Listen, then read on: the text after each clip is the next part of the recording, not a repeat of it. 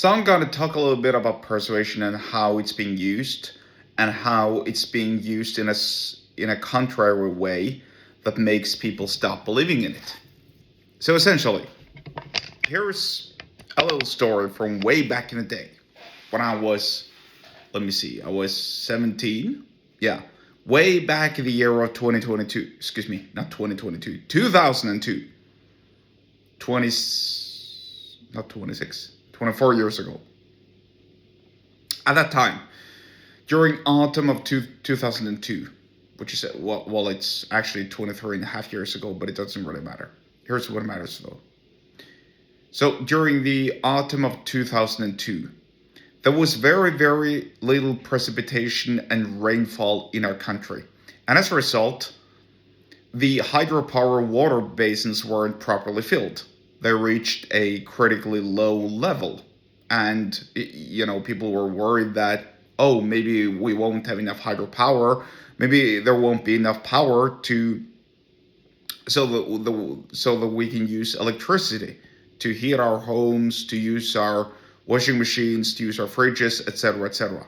Which was, of course, a legitimate concern. And here's the interesting thing, though.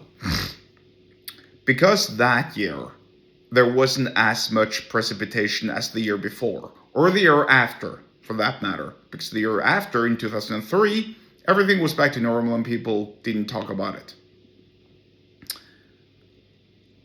However, nobody talked about climate crisis way back then. Now, I remember this very well because in 2002, I started paying a little bit more attention than I previously had done to the news. I'm not going to say I actively follow the news, but I started paying a little bit more attention to it. So I sort of was informed in that regard. Now, fast forward to, I think it was actually 2022. Yeah. 3.5 years ago, 4 years ago, this coming fall. And some of the same stuff, or it might actually have been 2021. It was either in 2021 or 2022. Now that I think about it, I'm not precisely sure. But yeah, I'm going to say roughly 20 years later, either in 2021 or 2022. Roughly the same stuff happened. There was little precipitation. There weren't as much rainfall over the mountains, and as such, and for that matter, there wasn't as much snow either. And in combination with a very, very dry and arid spring season, the water levels in the hydropower basins reached a low level, like a critically low level. And, the same old discussions resurfaced. How is this gonna end? Maybe we're gonna have to ration power. Maybe people can't afford to heat up their homes, etc., etc. However, this time, a couple of things worth mentioning. Number one, it was all about the climate. Oh, these are climate changes. This is the new normal. This is the future. This is a result of global warming. All that crap. And it's so fascinating to think about that. But this was just like in 2002. And nobody talked about climate changes way back then. Well, maybe they did, but they surely didn't talk about it that much. But the climate has always changed. I know this for a fact. Because keep in mind, maybe I haven't been too vocal about it, but I'm going to be vocal about it enough right here, right now.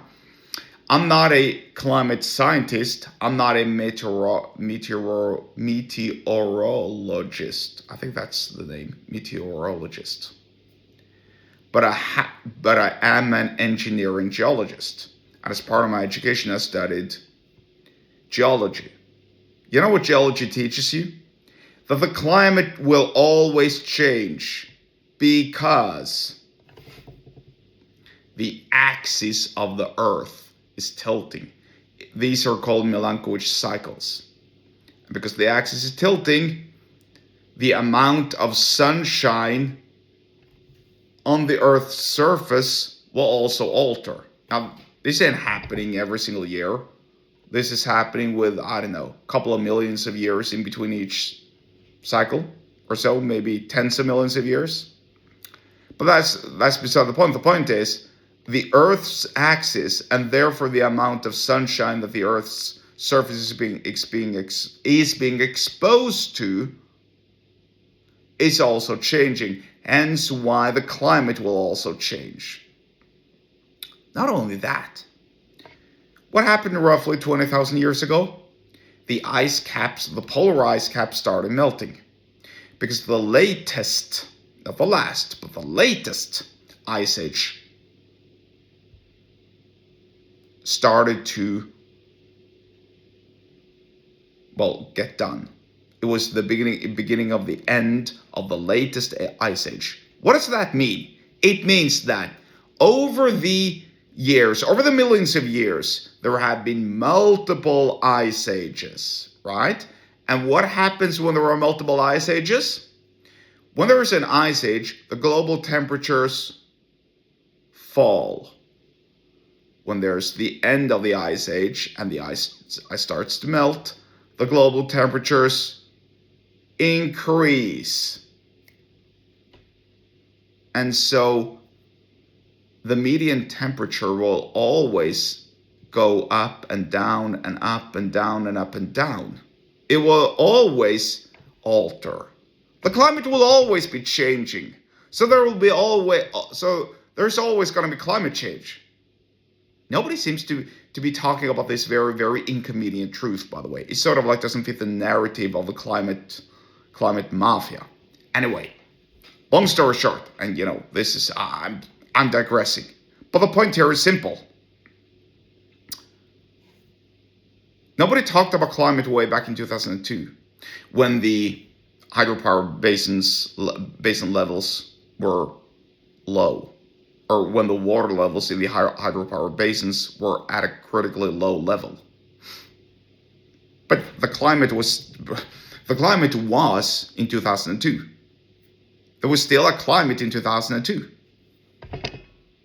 It was just that the talking points, the persuasive talking points, had changed in 2022 because there is money in climate change. We know this for a fact. I mean, if these big-ass climate summits attract tens of thousands of participants, then we know that there is money there. And where there is money, there is persuasion. And that's pretty much the persuasion lesson of the day. Where there is money, there is persuasion. Think about it. If you want to learn more about, well, there are so many other persuasion lessons as well, but I don't have time to go through them really mostly because I'm in a hurry as of the time of this recording, but whatever. I might be talking about them at a later point. For now, though, if you want to learn more about persuasion, get subscribed to my email list. The link to do so is in the episode description wherever you're watching and or listening to this, and I'll see you there.